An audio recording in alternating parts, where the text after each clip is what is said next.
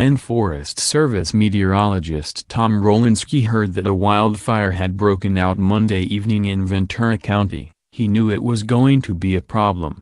The Thomas fire started in a known wind corridor on the first day of dry Santa Ana winds that are expected to buffet Southern California for nearly a week. What's more, it has been a good 8 months since a decent rainfall soaked the Chaparral hillsides. Fires will spread very rapidly in these conditions and basically will be uncontrollable, Rolinski said. The blaze was the latest in a series of wildfires that are searing 2017 into the state's record books. They all have had one thing in common: winds that quickly turn a fire into an inferno. More than drought or heat, winds can determine whether California burns or doesn't. October's devastating Northern California wildfires exploded on a night when Diablo winds raged across parts of 8 counties, tossing embers into Santa Rosa and ultimately claiming 44 lives.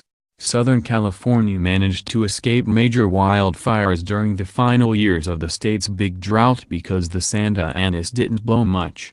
But this year is different. Fire meteorologists predicted an above-average number of Santa Ana wind days this fall and winter. There were 14 Santa Ana days, more than twice the norm, in October, when the Canyon 2 fire in Orange County burned dozens of buildings. December typically brings 10 Santa Ana days. By the end of the week, the region will already have been hit by 6 of them. The fire danger is expected to be greatest on Thursday, when the online Santa Ana Wildfire Threat Index forecasts an extreme fire threat all the way from Ventura County to the Mexican border.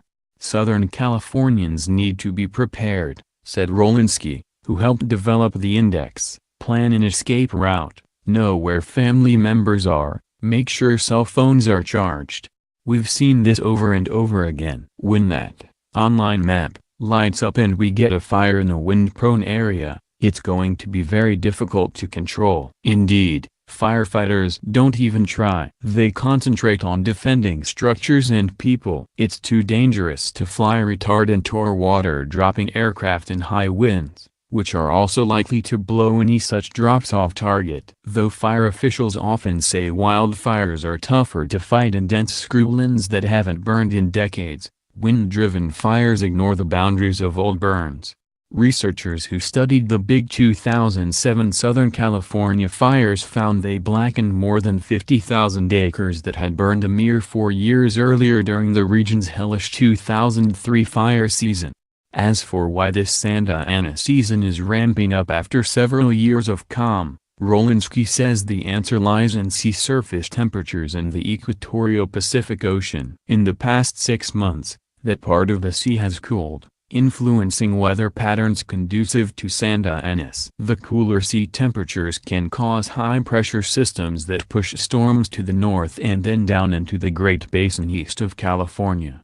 The air in the higher elevation interior is colder than at the coast, creating a pressure gradient that pulls air masses west. As they blow downslope to the coastal areas, they pick up speed, dry out and sometimes heat up. This week's winds are cool, about the only good thing you can say about them. The current prolonged Santa Ana event is a function of the high-pressure ridge that is sitting over California, said atmospheric scientist Scott Capps, the principal of Atmospheric Data Solutions.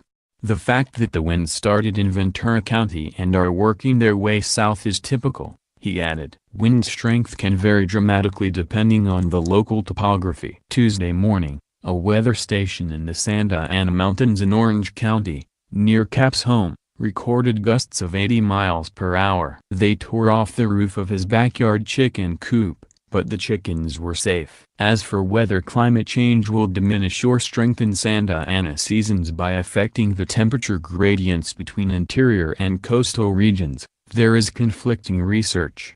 It's a tough question, said Capps. I could see it going either way.